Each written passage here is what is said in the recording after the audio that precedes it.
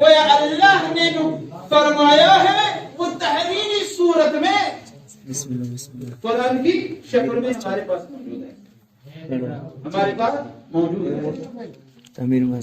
تین ہی کیوں کیوں ہے یہ بتانا مقصود ہے۔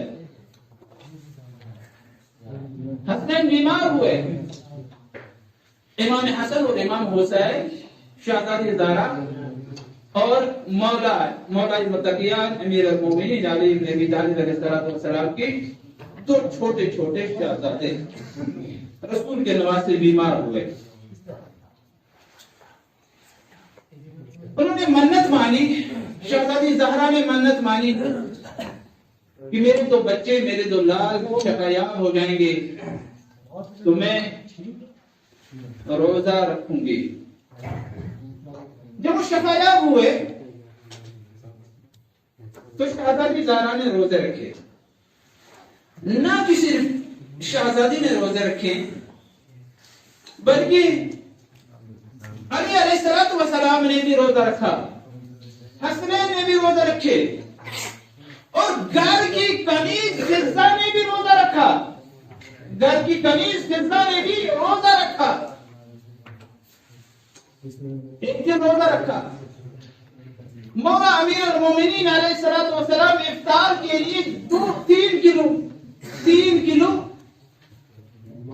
جو کا آٹا خرید کے لاتے بازار سے، جو خرید کے لاتے بازار سے 3 کلو جو خرید کے لاتے۔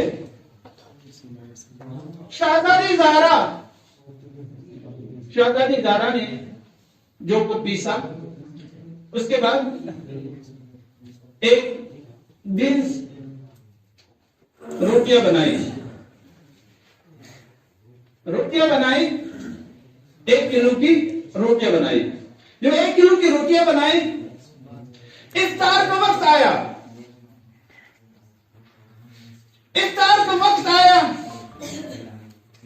سب نے اپنے اپنے روٹیاں ہاتھ میں لے لی۔ اسی وقت ایک سائل آیا، دروازہ کھٹکھٹایا،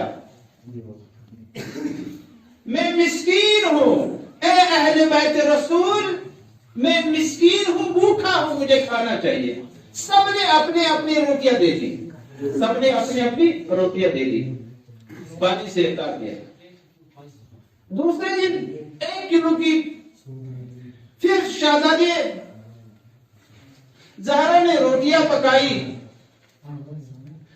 افطار کے وقت پھر ایک اور سائل آیا، یتیم آیا، اے اہل بیت رسول، میں بھوکا ہوں، مجھے کھانا چاہیے، میں بھوکا ہوں، مجھے کھانا چاہیے۔ سب نے اپنی اپنی روٹیاں دے دی۔ تیسرے دن پھر سب نے افطار کے وقت ہاتھوں میں روٹیاں لے لی۔ پھر اسیر آیا، دروازہ کھٹکھٹایا، اہل بیت رسول، میں بھوکا ہوں، مجھے کھانا چاہیے۔ سب نے اپنے اپنی روٹیاں دے دی۔ عزیزو، یہاں پر اہل بیت علیہ السلام معصوم ہے،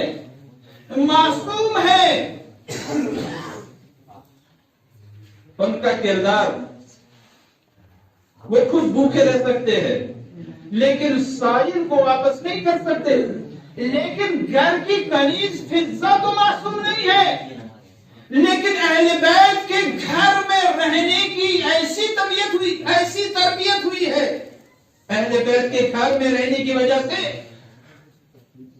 زہرا کے گھر میں رہنے کی وجہ سے ایسی تربیت ہوئی ہے، گویا جو اہل بیت فعل انجام دیتی ہے وہی فعل اب فضہ انجام دیتی ہے۔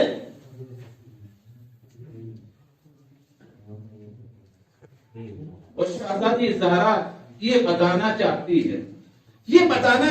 میرے چاہنے والوں، میرے ماننے والوں، اگر میرے ماننے والوں میں شمار ہونا ہے تو میری کنیز فضہ کی طرح ہونا پڑے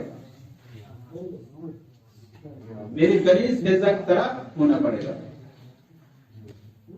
جب سب نے تیسرے دن بھی پانی سے افطار کیا، پروردگار عالم کی آواز آئی،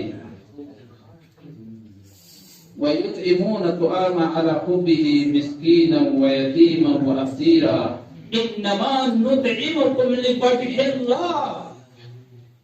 انہوں نے مسکین کو روٹی کھلائی، یتیم کو روٹی کھلائی، اسیر کو روٹی کھلائی، کس لیے کھلائی؟ انما نطعمکم لوجہ اللہ، اللہ کی رضاعت کے لیے، اللہ کی رضاعت کے لیے. اہل بیت نے نہیں دیکھا کہ آنے والا کون ہے، مسلمان ہے کہ کافر ہے، آنے والا کون ہے یہ نہیں دیکھا، یہودی ہے کہ نصارہ ہے، مومن ہے کہ مسلمان ہے نہیں دیکھا، بلکہ ایک رشتہ دیکھا ہے کہ آنے والا خدا کا بندہ ہے، آنے والا شخص خدا کا بندہ ہے.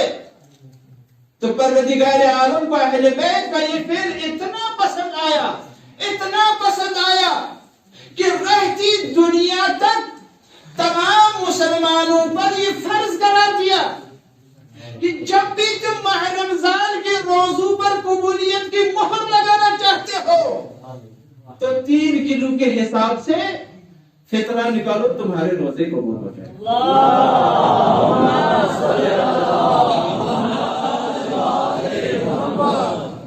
لہذا اہل بیت علیہ السلام کا فعل اللہ کہتا ہے یہ میرا فعل ہے.